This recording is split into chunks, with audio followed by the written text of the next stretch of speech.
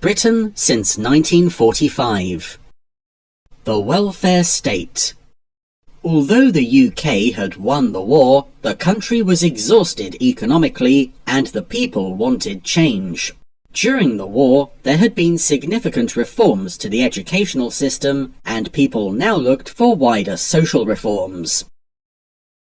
In 1945, the British people elected a Labour government. The new Prime Minister was Clement Attlee, who promised to introduce the welfare state outlined in the Beveridge Report.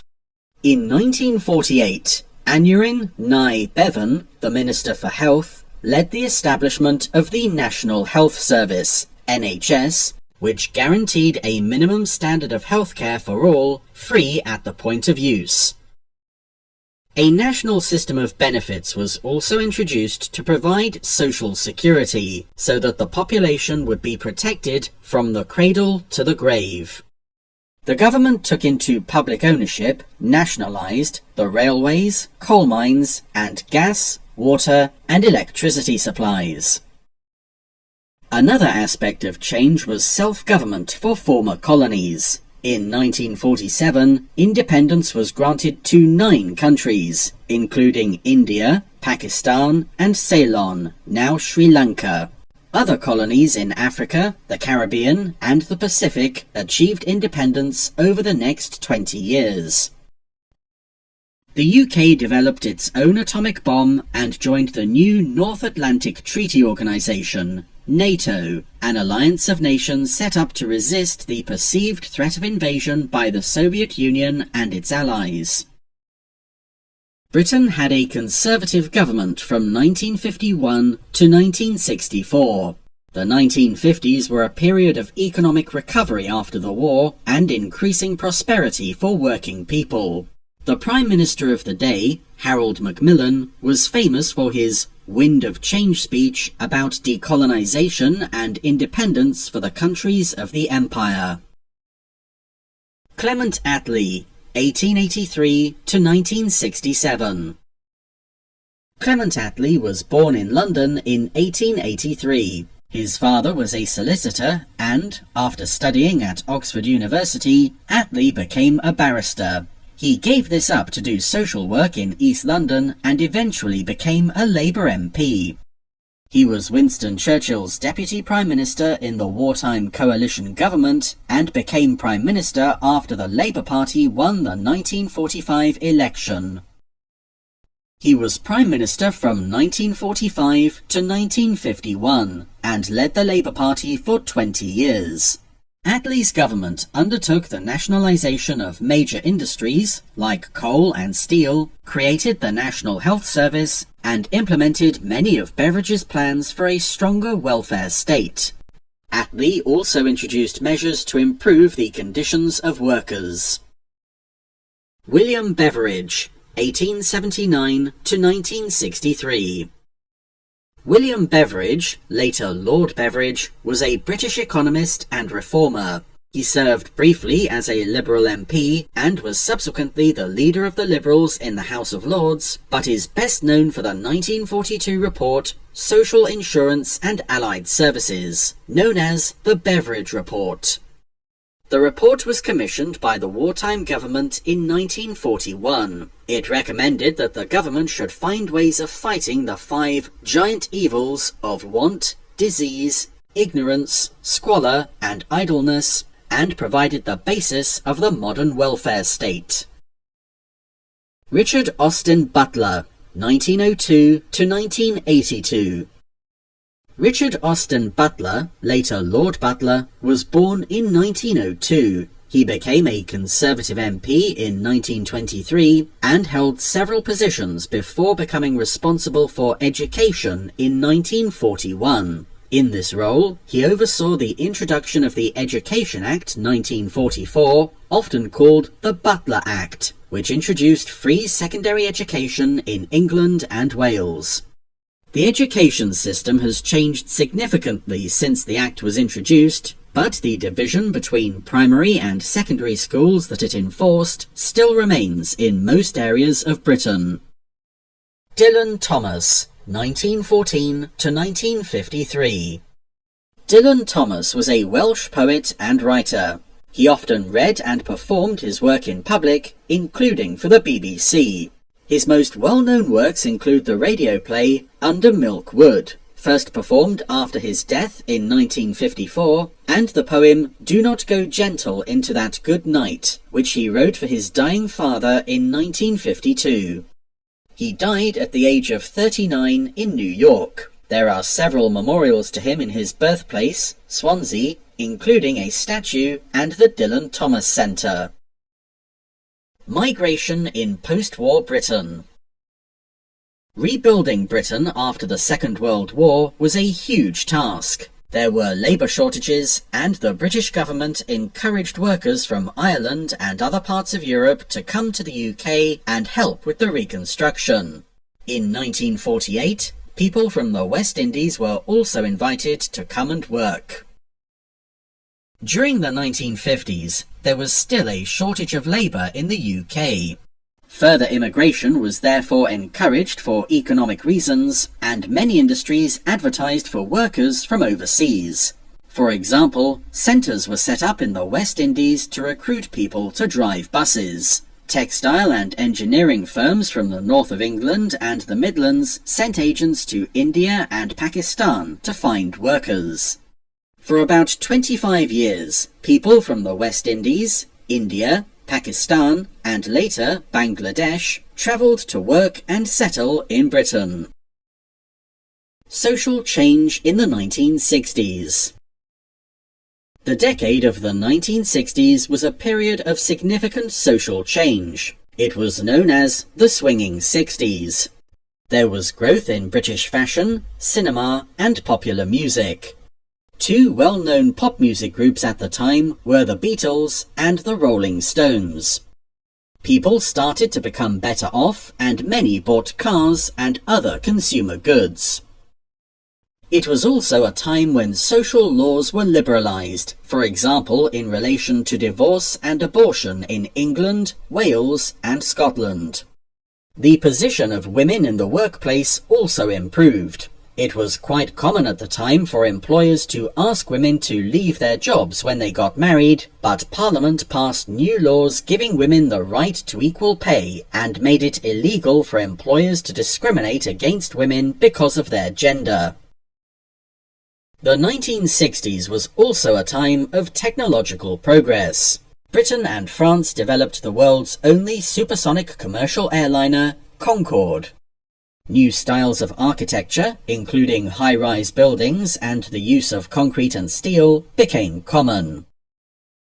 The number of people migrating from the West Indies, India, Pakistan, and what is now Bangladesh fell in the late 1960s because the government passed new laws to restrict immigration to Britain. Immigrants were required to have a strong connection to Britain through birth or ancestry. Even so, during the early 1970s, Britain admitted 28,000 people of Indian origin who had been forced to leave Uganda. Some great British inventions of the 20th century. Britain has given the world some wonderful inventions. Examples from the 20th century include: the television was developed by Scotsman John Logie Baird in the 1920s. In 1932, he made the first television broadcast between London and Glasgow. The radar was developed by Scotsman Sir Robert Watson Watt, 1892 to 1973, who proposed that enemy aircraft could be detected by radio waves. The first successful radar test took place in 1935. Working with radar led Sir Bernard Lovell, 1913 to 2012, to make new discoveries in astronomy. The radio telescope he built at Jodrell Bank in Cheshire was for many years the biggest in the world and continues to operate today. A Turing machine is a theoretical mathematical device invented by Alan Turing, a British mathematician in the 1930s. The theory was influential in the development of computer science and the modern-day computer. The Scottish physician and researcher John MacLeod, 1876 to 1935, was the co-discoverer of insulin, used to treat diabetes. The structure of the DNA molecule was discovered in 1953 through work at British universities in London and Cambridge.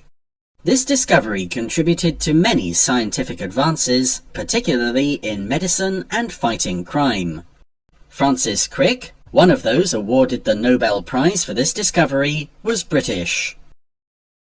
The jet engine was developed in Britain in the 1930s by Sir Frank Whittle, a British Royal Air Force engineering officer.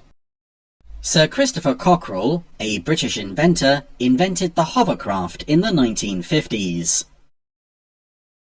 Britain and France developed Concorde, the supersonic passenger aircraft. It first flew in 1969 and began carrying passengers in 1976. Concorde was retired from service in 2003.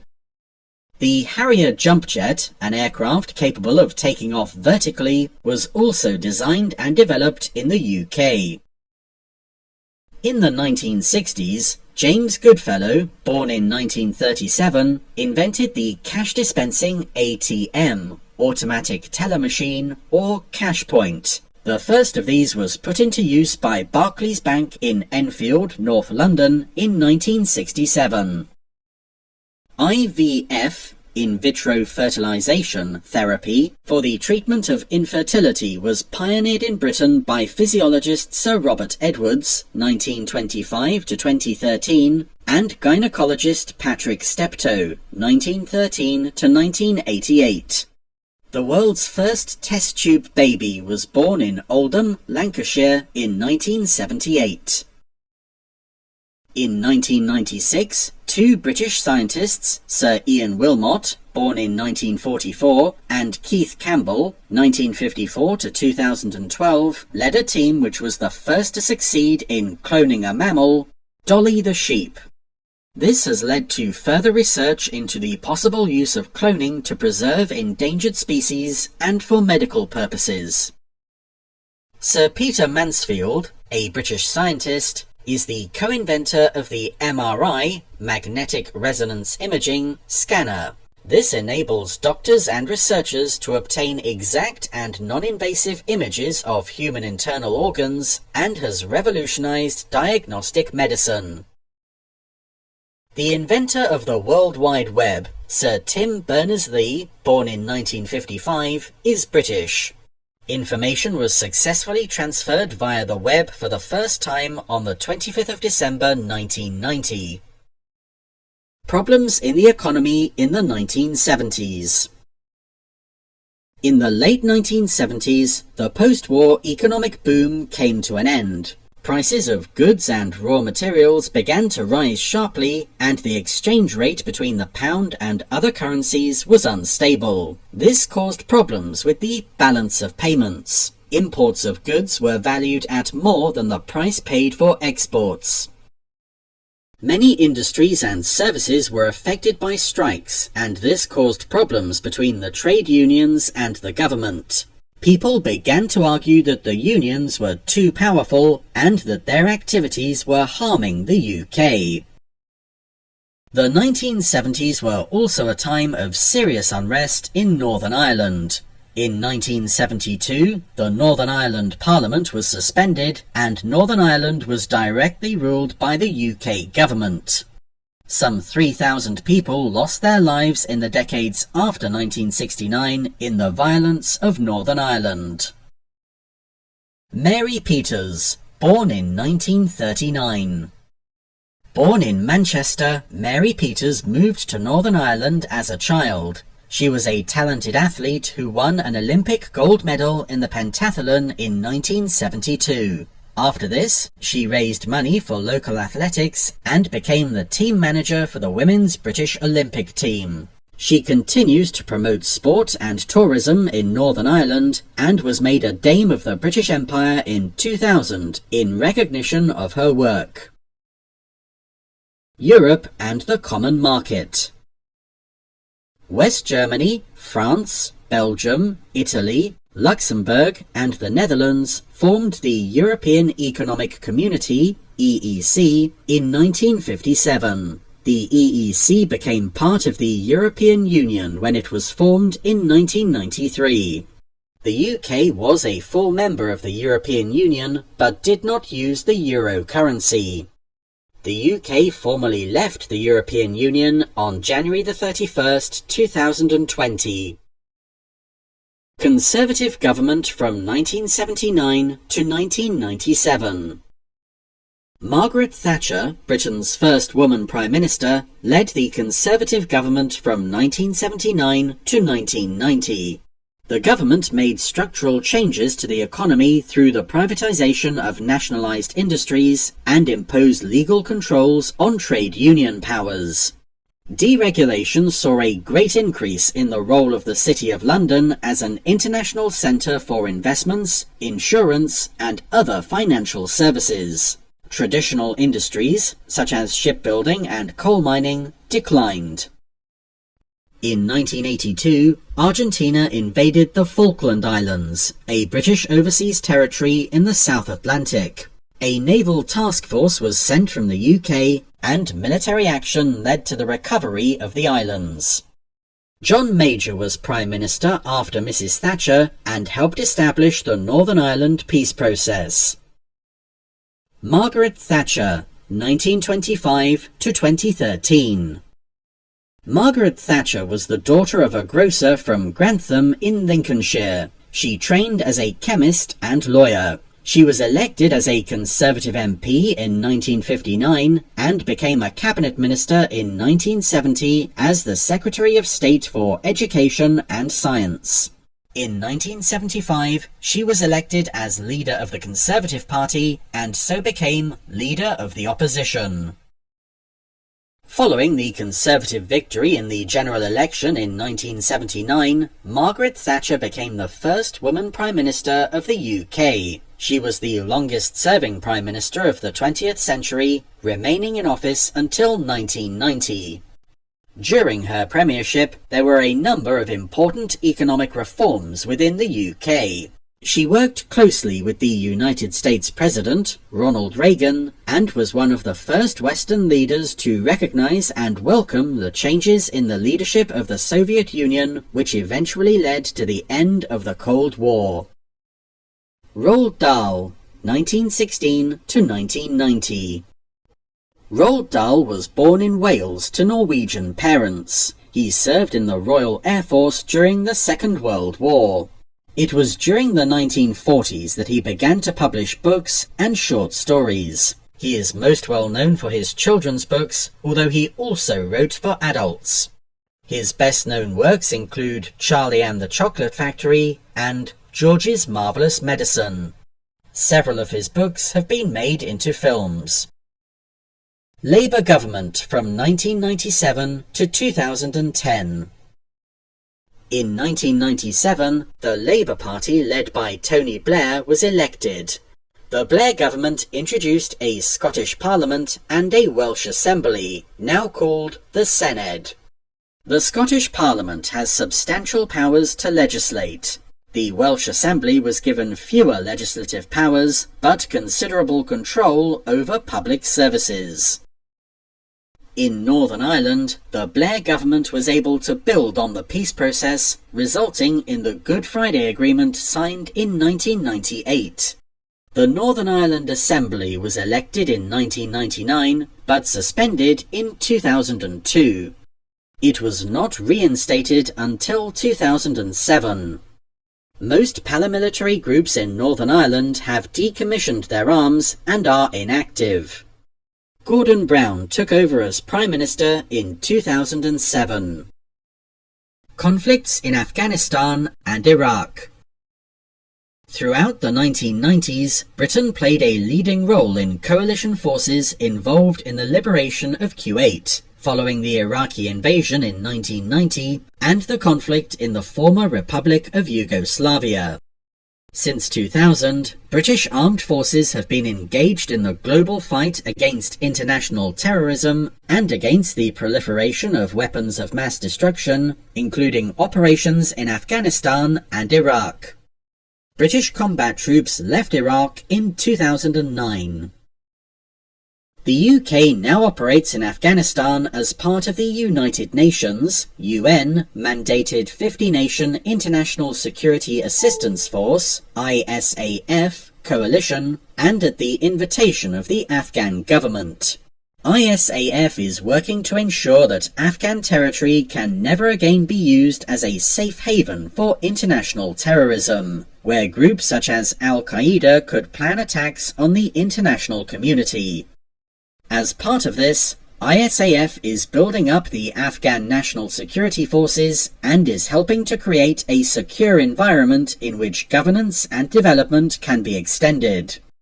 International forces are gradually handing over responsibility for security to the Afghans, who will have full security responsibility in all provinces by the end of 2014. 2010 onwards, and Brexit.